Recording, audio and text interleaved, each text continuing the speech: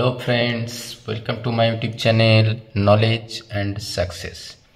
आज देखो दशम श्रेणीर शिक्षार्थी बंधुदेर जन्य फार्स्ट यूनिट टेस्टेर परीक्षा प्रस्तुति हिसाबे रायन मार्टिन कोश्चन बैंक थेके गणितेर उपर भित्ति करे आमरा मॉडल कोश्चन पेपर 23 अर्थात एक विख्यात स्कूल मेदिनीपुर कलेजिएट स्कूलेर कोश्चनगुलो निये आलोचना करब।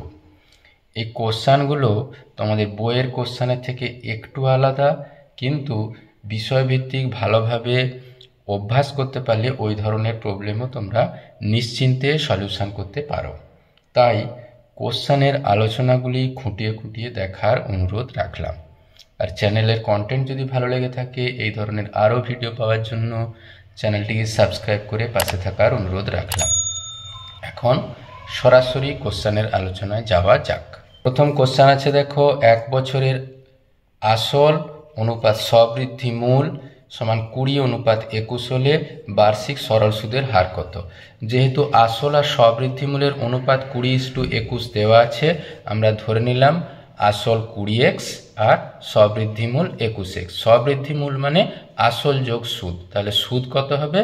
এই सबृद्धि मूल थेके आसल बाद दिले जा पाওয়া যায়, अर्थात 21x माइनस 20x समान x। আমরা জানি i সুদ সমান PTR বাই 100, তাহলে সুদের জায়গায় x বসিয়ে দিয়েছি, p এর জায়গায় দেখো আমরা 20x বসিয়ে দিয়েছি, t 1 বছর আর আমরা সুদের হার ধরে নিয়েছি। দেখো x বাদ দিয়েছি, 20 5 100 আর এর মান পাওয়া গেল 5, অর্থাৎ বার্ষিক সুদের হার 5%, অর্থাৎ option B is the right answer. দুয়ের প্রবলেম দেখো, কোনো ব্যক্তি ব্যাংকে 5000 টাকা রেখে 2 বছর পর সমূল চক্রবৃদ্ধি হিসাবে 6050 টাকা পেলে বার্ষিক সুদের হার কত? আমরা सबृद्धि मूलेर सूत्र जानी p into 1 plus r by 100 whole to the power n। p जेखाने आसल और r हलो सूदेर हार माने 1 प्लस r बाई 100। एखाने देखो समय देওয়া আছে 2 বছর, তাহলে p into 1 plus r by 100 whole square equal to देखो लिखा আছে 6050। 5000 দিয়ে ভাগ করে নিয়েছি, কাটাকুটি করে দেখো পেয়েছি 121/100 মানে 11/10 এর হোল স্কয়ার। উভয় পাশে আমরা স্কয়ারটাকে তুলে দিয়েছি, তাহলে পেলাম 1 প্লাস r বাই 100 সমান 11/10, r বাই 100 সমান এই একটাকে ডান পাশে নিজে বিয়োগ করে পেয়েছি 1/10, কাটাকুটি করে আমরা পেয়েছি r এর মান 10%, অর্থাৎ option C is the right answer. তিনের প্রবলেম দেখো, kx² plus 2x plus 3k সমীকরণে বীজদ্বয়ের যোগফল তার গুণফলের সমান হলে সমীকরণের বীজদ্বয়ের যোগফল কত হয়? মাইনাস যদি সমীকরণটা থাকতো ax² plus bx plus c equal to 0, অর্থাৎ সমীকরণের যোগফল হতো কি মাইনাস অফ x এর সহগ বাই আমার x² এর সহগ। একইভাবে গুণফল কত হতো?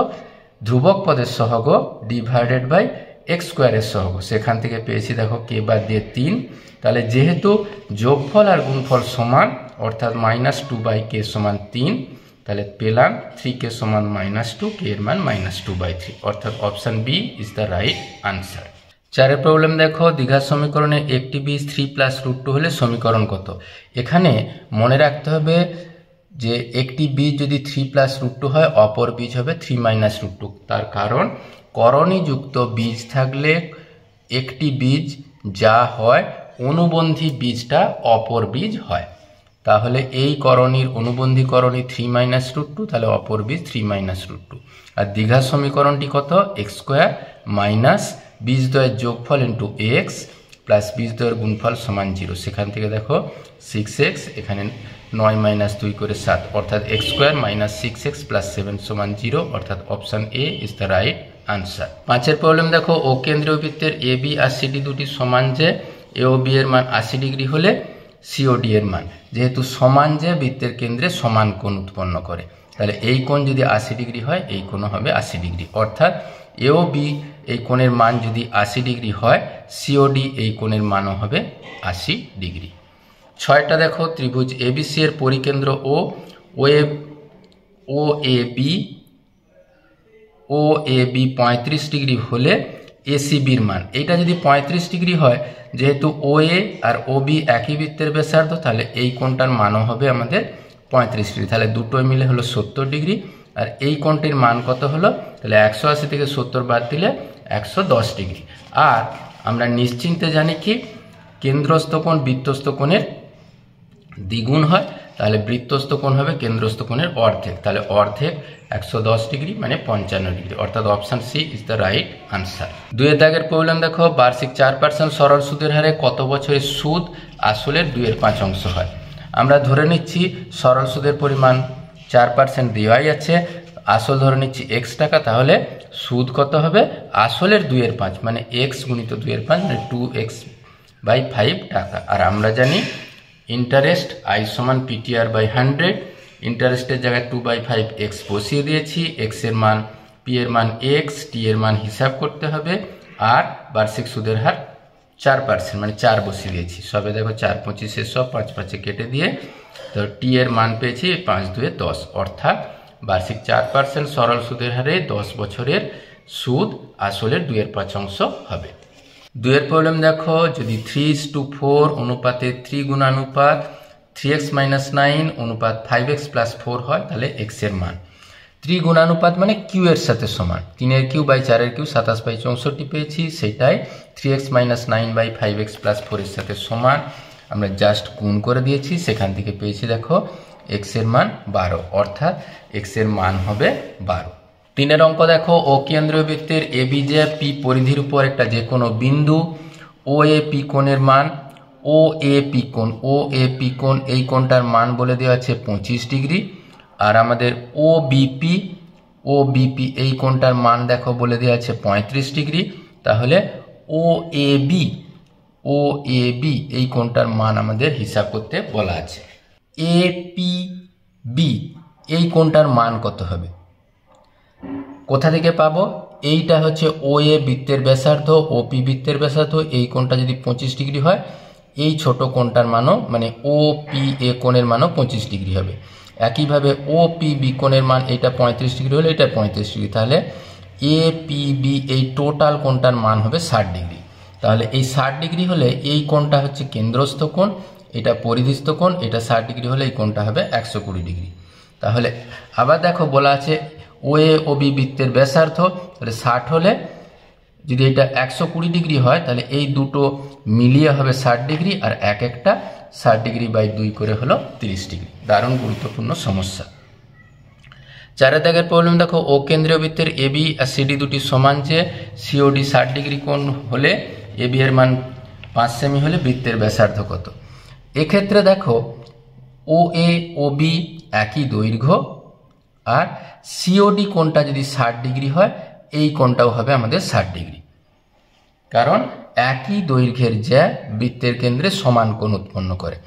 এইটা যদি আমাদের 60 ডিগ্রি কোণ হয়, তাহলে এই দুটি কোণ মিলিয়ে 120 ডিগ্রি, কিন্তু OA আর OBর মান সমান সমান, তাহলে এই 120কে 2 ভাগে ভাগ করে এইটাও পেলাম 60 ডিগ্রি করে, অর্থাৎ OAB হলো একটা সমবাহু ত্রিভুজ, আর সমবাহু ত্রিভুজের প্রতিটি বাহুর দৈর্ঘ্যের মান সমান। তাহলে যদি বলে দেওয়া থাকে যে AB 5 সেমি হয়, তাহলে বৃত্তের ব্যাসার্ধও হবে 5 সেমি। 5 প্রবলেম দেখো, একটি সমকোণী চৌপলের দৈর্ঘ্য প্রস্থ উচ্চতার অনুপাত 8:5:3 হলে কর্ণের দৈর্ঘ্য বলা আছে, সমগ্রতলে ক্ষেত্রফল নির্ণয় করতে হবে। যেহেতু অনুপাত বলা আছে, আমরা ধরে নিচ্ছি দৈর্ঘ্য 8x সেমি, প্রস্থ 5x সেমি, উচ্চতা 3x সেমি, আর কর্ণ হয় √of দৈর্ঘ্য স্কোয়ার, প্রস্থ স্কোয়ার, উচ্চতা স্কোয়ার। এটা 64x square, 25x square, 9x square, 98x square. 49 গুণিত 2 98 হয়, তাহলে 7√2x সমান 35 √2 বাদ দিয়ে x এর মান পেয়েছি 5, তাহলে সমকোণী চৌপলের দৈর্ঘ্য 8 গুণিত 5 40, প্রস্থ 25 আর উচ্চতা 3 5 15, তাহলে সমগ্রতলের ক্ষেত্রফল 2 দৈর্ঘ্য গুণিত প্রস্থ, প্রস্থ গুণিত উচ্চতা, দৈর্ঘ্য গুণিত উচ্চতা, সবে মিলে পেলাম 2 দিয়ে গুণ করে আমরা পেলাম 3950 বর্গ সেমি। এখানে একক লিখতে যেন ভুল না হয়। 3 অঙ্ক, রাজীব বাবু ডাকঘরের একটি মাসিক সঞ্চয় প্রকল্পে প্রতি মাসের প্রথম দিনে 300 টাকা করে 1 বছর টাকা জমা রাখেন। ডাকঘরে ওই প্রকল্পে বার্ষিক সরল সুদের হার 8% হলে বছরের শেষে তিনি কত টাকা সুদ আসলে পাবেন? এর ব্যাপারটা হচ্ছে প্রতি মাসে যদি 300 টাকা করে দেয়, এই প্রথমে যে 300 টাকা দিল সেটা 12 মাস খাটবে, পরে 300 টাকাটা 11 মাস, এর পরে 300 টাকাটা 10 মাস, এইভাবে খাটতে থাকবে। একেবারে শেষ মাসের, বছরের শেষ মাসের টাকাটা 1 মাস খাটবে। এইভাবে আমরা টোটালটা হিসাব করে নেব। তাহলে আমরা ছোট্ট করে লিখে নেব, প্রথম 300 টাকা 12 মাস খেটছে, পরেরটা 11 মাস খেটেছে, ওইভাবে 12তম মাসের টাকা 300 টাকাটা 1 মাস কেটেছে। আর সুদ কি হবে? PTR/100, টি মানে দেখো এখানে 12 মাস, বছরে হিসাব করলে 12/12, আর 8%, 8/100। একইভাবে পিটি এখানে 11 মাস, 11 মাসটাকে বছরে প্রকাশ করলে 11/12 বছর, PTR/100 এগুলো সবটা লেখা হয়েছে। এখান থেকে দেখো সব কেটে দিয়ে 100 কেটে দিয়ে 3 গুণিত 8, এই টোটালটা কমন গেছে। 3 গুণিত 8 ডিভাইডেড বাই 12, এই 3 গুণিত 8 ডিভাইডেড বাই 12, 3 গুণিত 8 ডিভাইডেড বাই 12, পুরোটা কাট কমন যাওয়ার পর এখানে দেখা হচ্ছে 12, 11, 10, 9, 8, 7 করে 1 পর্যন্ত। তাহলে এইখান থেকে এইখান পর্যন্ত যোগফল তোমরা সাধারণ মনে রাখতে পারো, এটা যেহেতু স্বাভাবিক সংখ্যা, স্বাভাবিক সংখ্যার যোগফল হয় n × n + 1/2, n এর মান আছে সব থেকে 12, তাহলে 12 × 12 + 1/2, মানে ওইটাই 12 × 13/2, এটা লিখে দেওয়া হয়েছে। এই কাটাকুটি করে সবে মিলে পেয়েছি 156। এই সূত্র যদি মনে না থাকে তোমরা সরাসরি যোগ করে নিতে পারো, কোনো অসুবিধা নেই।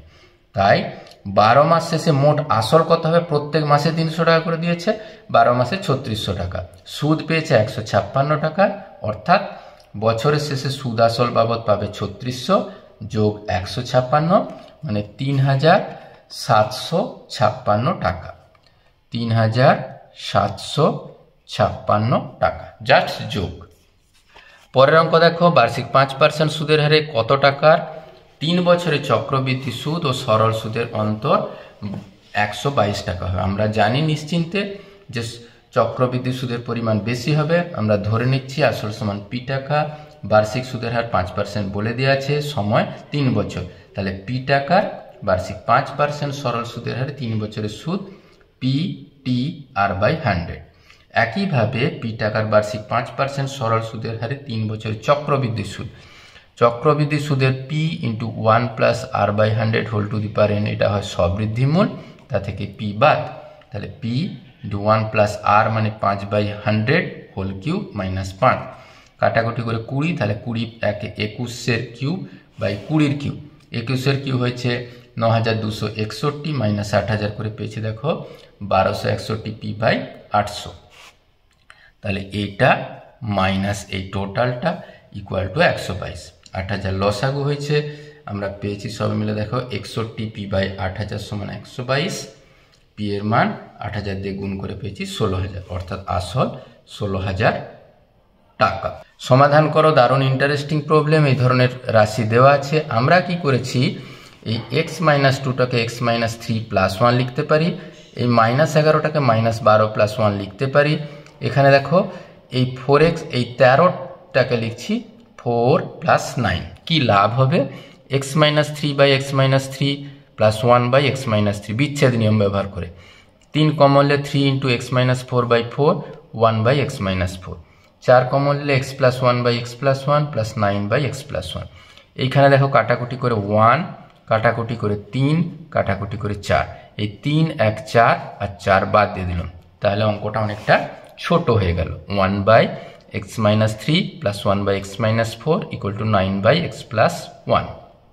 জাস্ট আমরা যোগ বিয়োগ করেছি, লসাগু করে যোগ বিয়োগ করছি, তারপরে এই 9 দিয়ে গুণ করে নিয়েছি, গুণ করে পেয়েছি 9x² 63x 108, এটা গুণ করে 2x² - 7x + 2x - 7, সবগুলোকে নিয়ে আসছি, পেয়েছি কত?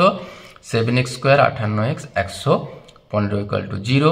এই 58টাকে ভেঙে লিখেছি 35 আর 23-এ, তাহলে x এর মান এক জায়গায় পাচ্ছি 5 আর এক জায়গায় পাচ্ছি 23/7, মানে 3 পূর্ণ 2/7। দারুণই ইন্টারেস্টিং এবং গুরুত্বপূর্ণ প্রবলেম এটা তোমাদের জন্য। 2 প্রবলেম দেখো, x² - 65 পূর্ণ 32/33x - 2। এখানে আমরা এই 2 পূর্ণ 1/3 যদি থাকতো আমরা লিখতেই পারতাম 2 + 1/3, সেটাকেই ভেঙে লেখা আছে 65x মাইনাস 32/33x মাইনাস 2। 32টাকে আবার ভেঙে লিখেছি 33 মাইনাস 1, কী পাবো 33/33 1 ইন্টু এক্স মানে মাইনাস এক্স, এই minus minus plus x by 33। সবে মিলে এখান থেকে 65 আর 1 66 মানে x square minus 66x, x by 33 minus 2, এখানে 1/33 কমন নিলে দেখো এক্স মাইনাস 66 পাওয়া যাচ্ছিল। তাহলে এক্স মাইনাস 66 এখন কমন ফ্যাক্টর, এক্স প্লাস 1/33 পাওয়া গেছে। তাহলে এক্স এর মান হয় পেয়েছি 66, অথবা এটা ডান পাশে যে মাইনাস 1/33। Interesting problem. 5এর প্রবলেম দেখো, 2 অঙ্ক বিশিষ্ট একটি সংখ্যার এককের অঙ্ক দশকের অঙ্ক অপেক্ষা 5 বেশি। আমরা ধরে নিচ্ছি দশকের অঙ্ক x, তাহলে এককের অঙ্ক x প্লাস 5। বলছে অঙ্কদ্বয়ের গুণফল সংখ্যাটি অপেক্ষা 14 কম। এবার সংখ্যাটি কত, 10 গুণিত দশকের অঙ্ক যোগ এককের অঙ্ক। তাহলে আমরা 10 গুণিত দশকের অঙ্ক করে পেয়েছি সবে মিলে 11x প্লাস 5। অঙ্ক দুটির গুণফল সংখ্যাটি থেকে বিয়োগ 14, সেখান থেকে দেখো পেয়েছি x minus 6x plus 9 equal to 0, এটা x minus 3 whole square, x এর মান পেয়েছি 3। আবার সংখ্যাটি কত, এই 11 গুণিত 3 প্লাস 5 মানে সবে মিলে পেয়েছি 38। 5এর দাগের অথবা প্রবলেম দেখো, 50কে এরকম দুটি সংখ্যায় বিভক্ত করো যাদের অনন্যকে সমষ্টি 1/12 শ্রীধর আচার্য সূত্র প্রয়োগ করে সমাধান করো। আমরা ধরে নিচ্ছি একটি অংশ x, তাহলে অপর অংশ 50 মাইনাস x, তাদের অনন্য মানে 1/x প্লাস 1/50 মাইনাস x সমান 1/12, যোগ বিয়োগ করেছি সবে মিলে দেখো x ইন্টু 50 মাইনাস x, এখানে x কেটে গিয়ে 50 পেয়েছি, 50 12 গুণ করে 600, সব রাশিগুলোকে নিয়েছি x square minus 50x plus 600 সমান 0। যদি সাধারণ কোনো শ্রীধর আচার্য বলা না থাকতো তাহলে আমরা এই পদ্ধতিতে যেতাম। শ্রীধর আচার্য যেহেতু বলা আছে, আমরা সাধারণ দ্বিঘাত সমীকরণ ax square plus bx plus c সমান 0 এর সাথে তুলনা করে পাই a এর মান দেখো 1, b এর মান মাইনাস 50, c এর মান 600। আমরা জানি শ্রীধর আচার্য সূত্র ব্যবহার করে সমাধান x সমান minus b plus minus root over b square minus 4ac by 2a। b এর মান বসেছি, p স্কোয়ার মান বসিয়ে দিয়েছি 4, a এর মান 1, c এর মান বসিয়ে দিয়েছি। সবে মিলে দেখো 50 এর হোল স্কোয়ার 2500, এটা গুণ করে 2400, এইটা দেখো সবে মিলে পেয়েছি 100, 100 বর্গমূল 10। একবার প্লাস চিহ্ন নিলে তাহলে 50 যোগ 10/2 60/2 করে 30, মাইনাস চিহ্ন নিলে 50 মাইনাস 10/2 40/2 করে পেয়েছি 20। অর্থাৎ x এর দুটি অঙ্ক 50 এর দুটি অংশ কি কি হবে, একটা হলো 30, একটা হলো 20। 6এর প্রবলেম দেখো, a by B plus C, B by C plus A, C by A plus এর মান, এ প্লাস বি এর মান 1 বলে দেওয়া আছে। হিসাব করতে হবে a square by B plus C, b square by C plus A, c square by A plus b এর মান 0। অঙ্কটা আমরা তুলে নিয়েছি। দেখো এই রাশির সাথে a যোগ করেছি, এটার সাথে b যোগ করেছি, c যোগ করেছি, আখেরে a plus B plus c আমাদের যোগ হয়েছে। তাহলে একেবারে a plus B plus c বিয়োগ করে দিলাম। তাতে কি হলো, এটা যোগ করলাম বি প্লাস সি লসাগু, A square plus A B plus AC পেয়েছি, B square plus BC plus A B পেয়েছি, C square plus AC plus A B পেয়েছি, আর minus of A plus B plus C আগেই পড়ে আছে। এরপরে এখান থেকে এ কমন নিয়েছি, A into A plus B plus C by B plus C, B into A plus B plus C by C plus A, C into A plus B plus C by A plus B. এটা এটা এটা এটা সব অংশ থেকে A plus B plus C common গেছে, পাওয়া গেছে কি A by B plus C, B by C plus A, C by A plus B minus of 1। এই টোটাল মানটা দেখো 1 বলেই দেওয়া ছিল, তাহলে 1 মাইনাস 1 0, শূন্যগুলি তো যাই থাক সবাই মিলে 0। এইভাবে সম্পূর্ণ রাশিটি প্রমাণিত হলো। পরের প্রবলেম দেখো, x সমান 4a square b by 4b square plus 1 হলে এই রাশির মান 2 এ দেখাতে হবে। রাশিগুলো খেয়াল করে দেখলে দেখা যাবে a square plus x, a square minus x. a square plus x এর মান আমরা একবার সরাসরি বের করে নিই। a স্কোয়ার প্লাস এক্স এর মান পুরো বসিয়ে দিয়েছি, দুটো রাশি থেকে দেখো a স্কোয়ার কমন গেছে, 1 plus 4b by 4b square plus 1। তাহলে দেখো এই 4b square plus 4b plus 1 মানে 2b প্লাস 1 এর হোল স্কোয়ার। তাহলে এর বর্গমূল করলে কি পাওয়া যেত, বর্গমূল করলে a স্কোয়ারের বর্গমূল a, 2b plus 1 by root over of 4b square plus 1।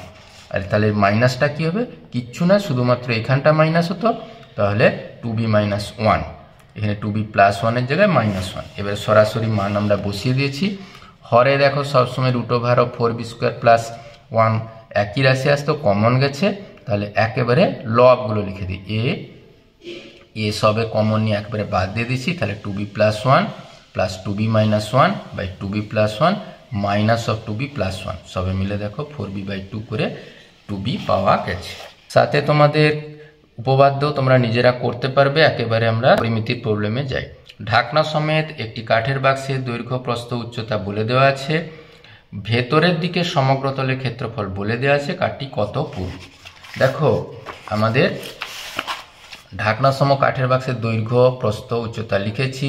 1 semi যদি পুরু হয়, এই ধরনের যদি ঢাকনা হয়, এই ধরনের এইখানের এই পুরুত্ব এখানে x কম হবে, এখানে x কম হবে, তাহলে ভেতরের দৈর্ঘ্য 10 - 2x, প্রস্থ 9 - 2x, উচ্চতা 7 - 2x। সমগ্র তলের ক্ষেত্রফল 2 × দৈর্ঘ্য গুণিত প্রস্থ, প্রস্থ গুণিত উচ্চতা আর দৈর্ঘ্য গুণিত উচ্চতা সবই বর্গ সেমি।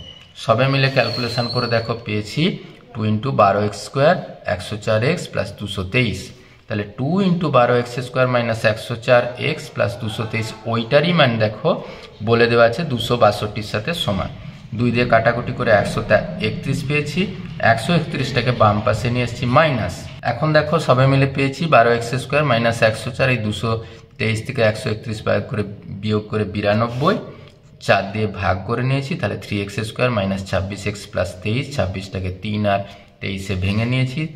এখান থেকে 3x কমন নিলে x - 1, 23 কমন নিলে x - 1, তাহলে x - 1 ইন্টু 3x - 23, সেখান থেকে পেয়েছি x এর মান 1, এখান থেকে পেয়েছি 23/3 মানে 7 × 2 = 3। তাহলে এইখানটা যদি খেয়াল করে দেখা যায় 7 × 2 = 3, সেখান 7 থেকে 7 × 2 = 3 কখনো বিয়োগ করা যায়নি, 7 × 2 মানে 14 উপরে, এটা বিয়োগ করলে নেগেটিভ হয়ে যায়, সেই জন্য পুরো রাশিটিকে আমরা সব রাশি আমাদের নেগেটিভ হয়ে যায়। এখান থেকে সমস্ত রাশিগুলো x এর মান যদি 7 × 2 = 3 বসিয়ে দেওয়া হয়, সমস্ত রাশিগুলো নেগেটিভ হয়, সেই জন্য অসম্ভব, অর্থাৎ কাঠটি 1 সেমি পুরু। প্রবলেম দেখো, একটি ফাঁকা চোঙাকৃতি পাইপের বাইরের ও ভিতরের বক্রতলের ক্ষেত্রফলের অন্তর 44 বর্গ সেমি, পাইপের দৈর্ঘ্য 14 সেমি, পাইপটি যে ধাতু দিয়ে তৈরি তার ঘনফল 99 ঘন সেমি, পাইপের বাইরের ব্যাসার্ধ এবং ভিতরের ব্যাসার্ধ কত। আমরা ধরে নিচ্ছি বাইরের দিকের ব্যাসার্ধ ক্যাপিটাল R, মানে এইখান থেকে এইটা, অন্তর ব্যাসার্ধ এইটা স্মল r, উচ্চতা তো 14 সেমি বলেই দেওয়া আছে। তাহলে বাইরের দিকের বক্রতলের ক্ষেত্রফল 2πr/h, ভিতরের দিকে 2πr/h, তাদের অন্তরফল 44। এই 7 × 2 = 14, 7 × 2 = 14 কেটে দিয়েছি, সবে মিলে দেখো 2 / 22 2 কমন আছে, r - স্মল r সমান 44। তাহলে ক্যাপিটাল R স্মল r 44 ভাজিত 2 × 22 × 2 করে সবে মিলে পেয়েছি 1/2। দ্বিতীয় সমীকরণ, ঘনফলের অন্তর 99, মানে পাই ক্যাপিটাল R² × h সমান 14, পাই মানে 22/7, স্মল r² × 14, 7 × 2 = 14, এর 22 × 2 = 44 কমন গেছে, তাহলে ক্যাপিটাল R² - স্মল r² সমান 99। তাহলে এই 44 আছে, এই r plus r minus r এর মান 1/2 বসিয়ে দিয়েছি, এখানে 22 × 2 = 44, আর এই r² - a + b - b বসিয়েছি, সেটা তো বুঝতেই পারা যাচ্ছে। তাহলে capital R plus small r মান কত হয়েছে 99/22 মানে 9/2। সরাসরি এটা আর এটা আমরা অপনয়ন পদ্ধতি ব্যবহার করে r এর মান পেয়েছি কত, এটা যোগ করে দিয়েছি, তাহলে 10/2 মানে 5, 5 মানে r এর মান হবে 5/2 মানে 2.5। একইভাবে স্মল r কত হবে, এইখানে যদি সমীকরণ বসিয়ে দিই 9/2 মাইনাস 5/2 সবে মিলে দেখো 4/2 করে 2, অর্থাৎ পাইপের বাইরের দিকের ব্যাসার্ধ 2.5 সেমি, ভিতরের দিকের ব্যাসার্ধ 2 সেমি। দারুণই ইন্টারেস্টিং এবং গুরুত্বপূর্ণ প্রবলেম। আজকের ভিডিও কেমন লাগলো অবশ্যই কমেন্ট বক্সে লিখতে ভুলো না। আর কি ধরনের ভিডিও বা সাজেশন চাইছো অবশ্যই কমেন্ট বক্সে লিখবে। Thank you for watching this video.